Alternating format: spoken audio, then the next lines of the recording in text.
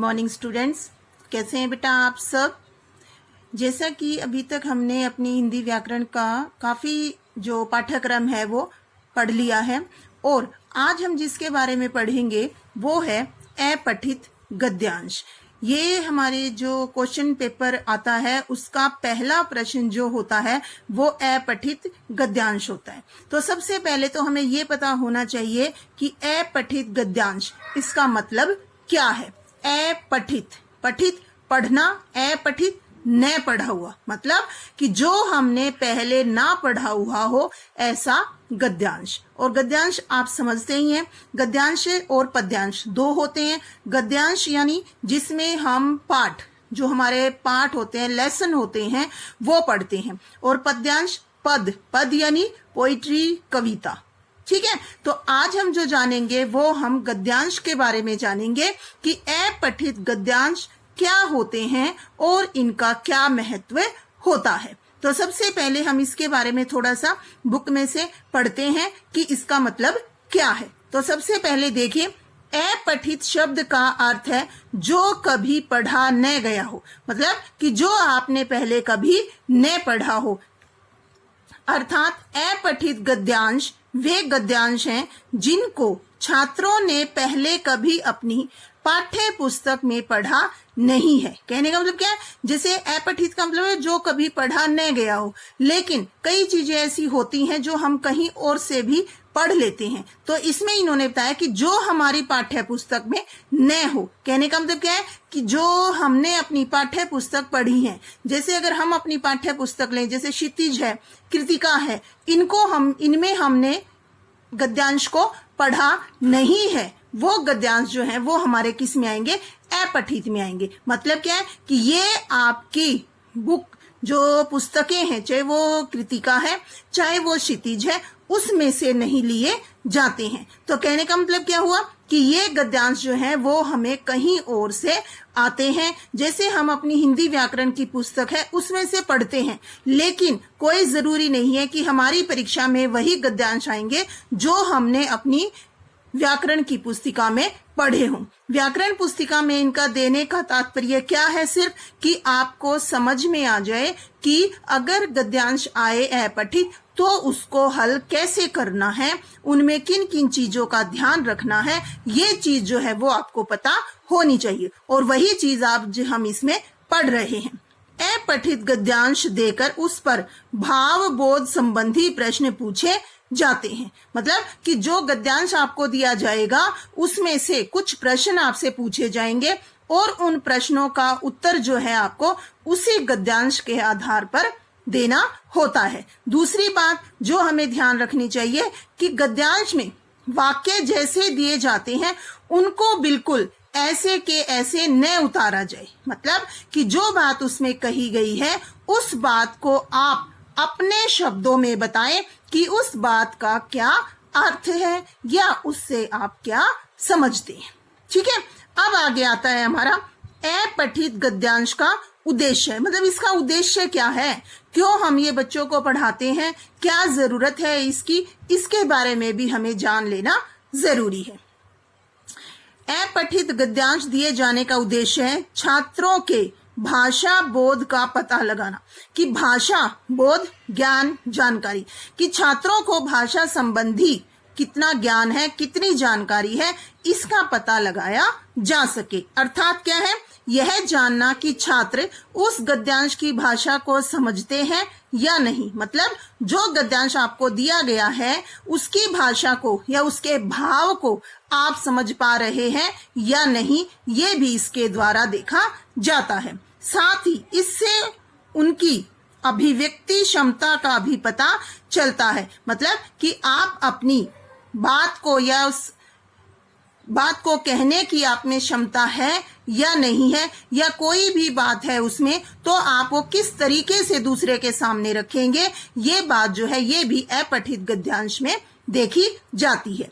अपठित गद्यांश हल करते समय ध्यान देने योग्य बातें, कि जब भी कोई अपठित गद्यांश हम हल करते हैं तो उस समय हमें कौन कौन सी बातें ध्यान रखनी चाहिए, अब हम उनके बारे में जानेंगे। तो सबसे पहले दिए गए गद्यांश का 1-2 बार मौन वाचन करें तथा उसे समझने का प्रयास करें। सबसे पहली बात और जरूरी कि कोई भी गद्यांश आपके उसमें आता है परीक्षा में, तो आप उसे परीक्षा में आए या हम वैसे अपनी पुस्तक से पढ़ रहे हैं समझने के लिए, तब भी तो कम से कम हमें उसका 1-2 बार उसको पढ़ना चाहिए। मौन वाचन क्या है कि मन में जैसे हम पढ़ते हैं उसे पढ़ें पूरा, और फिर उसमें क्या बात मुख्य रूप से बताई गई है उसे भी हमें समझने की कोशिश करनी चाहिए। दूसरा, तदुपरांत मतलब उसके बाद प्रश्नों को अलग अलग पढ़ें। उसके बाद मतलब कि जब आपने गद्यांश को पढ़ लिया है उसके बाद उसके प्रश्नों को एक एक करके आप ध्यान से पढ़ें और प्रत्येक प्रश्न के संभावित उत्तर को गद्यांश में रेखांकित करें अपनी पेंसिल से। ठीक है, आप अपने उसको आंसर को जो है क्वेश्चन के आंसर को उसमें गद्यांश में अंडरलाइन कर सकते हैं। वैसे अब बोर्ड में ये चीज अलाउड नहीं है कि आप जो है क्वेश्चन पेपर पर कुछ भी राइट करें, तो आप जो क्वेश्चन पढ़ते हैं उसको एक बार ध्यान से क्वेश्चन पढ़ेंगे, आंसर जब आप उसमें देखेंगे गद्यांश में तो आपको वो स्पष्ट रूप से पता भी चल जाएगा। जब प्रश्नों के उत्तर लिखना प्रारंभ करें तो लेखक द्वारा कही गई बात को सरल एवं स्पष्ट भाषा में छोटे छोटे वाक्यों में व्यक्त करें। जब भी आप प्रश्नों के उत्तर दें तो ये बात ध्यान रखें कि आपको जो जवाब देने हैं वो सरल और स्पष्ट भाषा में देने हैं। ठीक है, जो भी कहना हो कम से कम शब्दों में कहें। कई बार जैसे हम देखते हैं कुछ छात्र क्या करते हैं कि उन्हें समझ नहीं आता कि इसका उत्तर क्या आएगा, तो अगर उत्तर हमारा एक लाइन का है तो वो जहां से भी उनको थोड़ा बहुत मिलता जुलता दिखता है वहां से लेके अंत तक मतलब 4 लाइनें 6 लाइनें इस तरह से वो लिख देते हैं। तो इसका जो है वो बहुत ही बुरा प्रभाव पड़ता है। जितना आपसे पूछा जाए उतना ही जवाब आपको देना है। आगे, यदि शीर्षक देना हो तो किसी रफ पेज पर सोचकर 2-3 शीर्षक लिख लें। मतलब क्या है कि शीर्षक क्या होता है, जो भी उस गद्यांश की मुख्य बात है, जो भी लेखक हमें स्पष्ट करना चाहते हैं या हमें समझाना चाहते हैं, उस चीज को हमें शीर्षक के रूप में देना होता है कि मुख्य बात जो है वो क्या कही गई है। कई बार 2 शीर्षक भी निकलते हैं और वो बिल्कुल सही होते हैं, तो वो आप अगर ध्यान से पढ़ोगे तो वो आपको अच्छे से समझ में भी आ जाएगा, ऐसी इसमें कोई दिक्कत नहीं होती है। फिर भी आप 2-3 शीर्षक आपने सोच लिए हैं, उनको आप एक जगह लिख सकते हो। ठीक है, उसके बाद उनमें से जो सबसे अधिक उपयुक्त लगे उसे उत्तर के रूप में लिखें। मतलब उनमें से जो सबसे प्रमुख है या जो सबसे हमें लगता है कि ये बात जो है या ये तर्क जो है वो लेखक हमें देना चाहता है वो इस बात से स्पष्ट हो रहा है, तो हमें वही देना चाहिए। तो शीर्षक हमारा ऐसा होना चाहिए जो हमारे गद्यांश में कही गई बात को पूरी तरह से स्पष्ट करने में सक्षम हो। ठीक है, अब ये तो था हमारा कि गद्यांश को पढ़ते समय या उसको हल करते समय हमें किन किन बातों का ध्यान रखना चाहिए, या अपठित गद्यांश छात्रों के सिलेबस में पाठ्यक्रम में लगाने का उद्देश्य क्या है कि हमें पता चल सके कि बच्चों का छात्रों का भाषा ज्ञान कैसा है।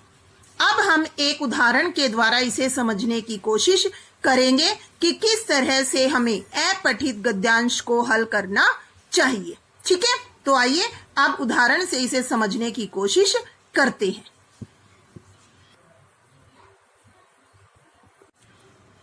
समझने के लिए अब हम ये गद्यांश पढ़ेंगे जिसमें हम पहले ये देखेंगे कि इसमें मुख्य रूप से क्या बात बताई गई है। तो सबसे पहले जो भी गद्यांश आपको दिया जाता है किसी परीक्षा में या वैसे भी आप जब तैयारी करते हैं तो उसमें सबसे पहले 1 या 2 बार उसको ध्यान से पढ़ें और समझने की कोशिश करें कि इसमें हमसे क्या पूछा गया है।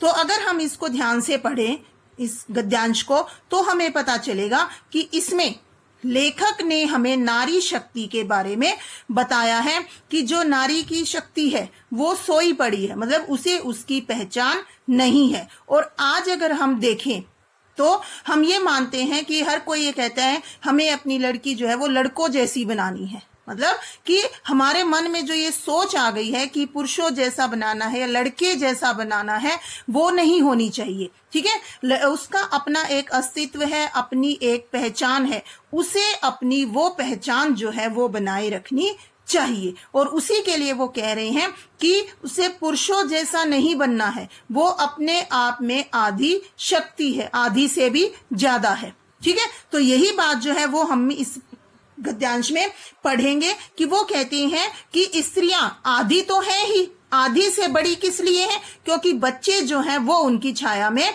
पलते हैं और वो जैसा चाहे उन बच्चों को बना सकती है, उनको परिवर्तित कर सकती है। और पुरुषों के उसमें चाहे कितनी ही ताकत क्यों न हो, लेकिन एक पुरुष जो है वो भी एक स्त्री की गोद में ही पलता है। कहने का मतलब क्या है कि कोई भी पुरुष है, ठीक है, वो पहले जो है अपनी माँ की गोद में ही पलता है और वहीं से वो सब कुछ सीखता है और जीवन में आगे बढ़ता है। फिर आगे इसमें जो लेखक हमें बता रहे हैं वो कहते हैं कि जहां भी हमें प्रेम की, करुणा की, दया की, अपनेपन की, प्यार की, ऐसी या त्याग की जो बातें हैं वो हमें सब कहाँ मिलती हैं, एक स्त्री में मौजूद होती हैं और वो हमें उसमें मिलती हैं। इसीलिए वो कहते हैं कि उसमें आधी से भी बड़ी ताकत है और पिछले 5000 सालों से वो बिल्कुल सोई हुई है, उसने अपनी नारी शक्ति का कोई उपयोग नहीं किया है, लेकिन आने वाले भविष्य में इसका उपयोग हो सकता है। और इसका उपयोग होने का एक सबसे बढ़िया कारण क्या है कि हम ये मान लें कि उसे पुरुषों जैसा नहीं बनना है, मतलब वो जैसी है अच्छी है, बस अपनी उस नारी शक्ति का प्रयोग जो है वो अच्छे से करे, उसमें होड़ की या कंपटीशन की, प्रतिद्वंदता की, इन चीजों की भावना नहीं होनी चाहिए। ठीक है, तो ये था एक तरह से हमारे इस गद्यांश का सार। अब हम एक एक करके इसके प्रश्नों के बारे में जानेंगे। तो सबसे पहला प्रश्न है हमारा, पुरुष एक दिन स्त्री की गोद में होता है, पंक्ति का आशय स्पष्ट करते हुए बताइए कि लेखक ने ऐसा क्यों कहा। मतलब हमें इस पंक्ति का, इस लाइन का जो मतलब है वो हमें स्पष्ट करना है। इसका मतलब क्या है कि प्रत्येक पुरुष का लालन पालन जो है वो उसकी माँ के द्वारा किया जाता है, जो कि एक स्त्री होती है। इसलिए ये बात कही गई है कि प्रत्येक व्यक्ति अपनी जीवन यात्रा का प्रारंभ जो है वो अपनी माँ की गोद से करता है। दूसरा प्रश्न है, जहां भी प्रेम, करुणा और दया है वहां स्त्री मौजूद है, कथन से लेखक का क्या तात्पर्य। मतलब जहां भी हमें प्रेम की, करुणा की या दया की बात दिखाई देती है, ऐसी कोई भावना हम देखने को मिलती है, वहां स्त्री मौजूद होती है। इसका कारण क्या है? तो इसमें लेखक कहते हैं कि ये गुण जो हैं वो सामान्यतः किसी भी स्त्री में पाए जाते हैं। मतलब प्रेम, दया, करुणा, ये जो है एक तरह से स्त्री के गुण हैं जो उसे जन्मजात मिलते हैं। मतलब जन्म से ही वो इन गुणों को लेकर आती है, जिनके कारण उसका स्थान जो है वो पुरुष से कहीं ऊपर हो जाता है। ठीक है, अगला प्रश्न है हमारा, नारी के किस गुण का उपयोग अभी तक नहीं हो पाया है तथा उसका उपयोग किस प्रकार हो सकता है। कि नारी का ऐसा कौन सा गुण है जिसका उपयोग अभी तक नहीं हुआ है। कहते हैं कि नारी के पास आधी से भी बड़ी शक्ति है जो अभी तक सोई पड़ी हुई है और पिछले 5000 वर्षों से उसका कोई उपयोग नहीं हो पाया है। और इसका उपयोग तभी हो सकता है जब स्त्रियां यह तय कर लें कि उन्हें पुरुषों जैसा नहीं बनना है। ठीक है, कि उसका जो आधी शक्ति वाला गुण है वो अभी सोया पड़ा है और उसका उपयोग जो है वो अभी तक नहीं हुआ है। और उसका उपयोग किस प्रकार हो सकता है? जब स्त्री यह समझ ले या यह तय कर लेगी वो कि उसे पुरुषों जैसा नहीं बनना है। ठीक है, इसके बाद अंतिम प्रश्न है हमारा, स्त्रियों के विषय में लेखक क्या सोचते हैं। स्त्रियों के विषय में लेखक सोचते हैं स्त्रियों के पास महान शक्ति सोई हुई है। मतलब वो मानते हैं आदि शक्ति, महाशक्ति, इस तरह से जैसे हम टीवी वगैरह में भी देखते हैं ये चीजें, तो वो किसके लिए आता है? स्त्री के लिए आता है कि ये गुण जो है वो उसमें जन्म से ही होते हैं और वो इनका पालन करती है, लेकिन अपनी शक्ति को वो पहचानती नहीं है। और आगे है, लेखक ऐसा किस आधार पर सोचते हैं कि दुनिया की आधी से बड़ी ताकत स्त्रियों के पास है? मतलब कि लेखक को ऐसा क्यों लग रहा है कि दुनिया की आधी से ज्यादा ताकत जो है वो स्त्रियों के पास है? क्या कारण है इसका? तो इसके लिए वो कहते हैं बच्चे उनकी छाया में पलते हैं, कि जो बच्चे हैं वो अपनी माँ की छाया में ही पलते हैं, माँ के पास ही रहते हैं, और माँ जैसा चाहे उनको परिवर्तित कर सकती है, उनको बदल सकती है, उनको उस रूप में ढाल सकती है। ये चीज जो है वो हमें इससे पता चलती है। तो इसीलिए लेखक कहते हैं कि जो स्त्री है वो आदि शक्ति है, और अगर वो चाहे तो अपने हुनर का, अपने जो सही में उसके गुण हैं उनका बहुत अच्छे से प्रयोग कर सकती है। लेकिन हम इस चीज को ये ना लें कि हमें पुरुषों जैसा बनना है, नहीं, अपने आप में वो संपूर्ण है। ठीक है, तो ये था बेटा जी एक उदाहरण जो हमने जाना कि अपठित गद्यांश आए तो उनके प्रश्नों के हल हमें किस तरह से करने हैं। तो इस चीज को आपको ध्यान देना है कि सबसे पहले गद्यांश को 2 बार पढ़िए, उसको समझने की कोशिश कीजिए, उसके बाद क्वेश्चंस को पढ़िए और उसमें देखिए कि किस प्रश्न में हमसे किस तरह से क्या पूछा गया है, और उसके आधार पर फिर आप जो है वो गद्यांश में से उनके हल निकालिए और उसे अपनी भाषा में, अपनी भाषा से मतलब हिंदी भाषा से ही है, अपने शब्दों में उसे स्पष्ट कीजिए। ज्यों का त्यों जो है वो नहीं लिखना होता है, आप थोड़ा सा अपनी तरफ से उसको बनाकर लिखेंगे तो उसका प्रभाव जो है वो टीचर पर, अध्यापक पर बहुत अच्छा पड़ता है। अध्यापक को पता चलता है कि हाँ बच्चे ने मेहनत की है। ठीक है, तो उम्मीद है ये गद्यांश जो वाला पाठ जो है वो आपको अच्छे से समझ में आया होगा, और आगे जो है 1-2 और हम इस तरह से अभ्यास करेंगे थोड़ा सा कि हमें अच्छे से वो चीज समझ में आ सके।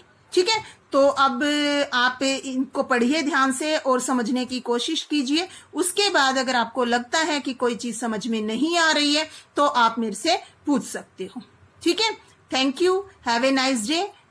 अपना तैयारी अच्छे से करो, पढ़ो और सिलेबस जो है वो अच्छे से तैयार करते रहो।